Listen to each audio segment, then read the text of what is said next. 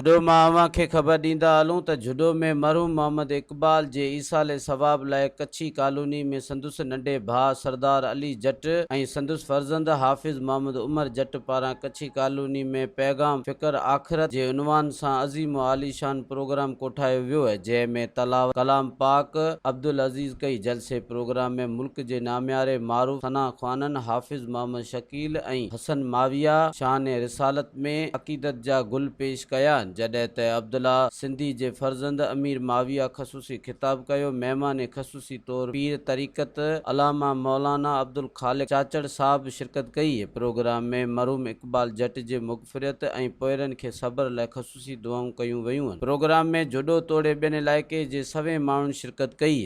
अस्सलाम वालेकुम दोस्तों, मां आहियां सोहराब सुमरो ऐं अवां जे पंहिंजे शहर हैदराबाद में कासमाबाद में तमामु बहितरीनु वॉलपेपर जो कमु करे पियो रांझन सुमरो साहब, जंहिंजो फ़ोन नंबर तव्हां स्क्रीन ते ॾिसी रहिया आहियो। तव्हां बि जेकॾहिं अहिड़ो वॉलपेपर हणणु चाहियो था जीअं मां हीउ हणायो आहे वॉलपेपर तमामु ज़बरदस्त ख़ूबसूरत तरीक़े सां रांझन सुमरो साहब खां, त तव्हां बि पंहिंजे घर खे ख़ूबसूरत बणाइण जे लाइ रांझन सुमरो साहब जूं ख़िदमतूं हासिलु कयो।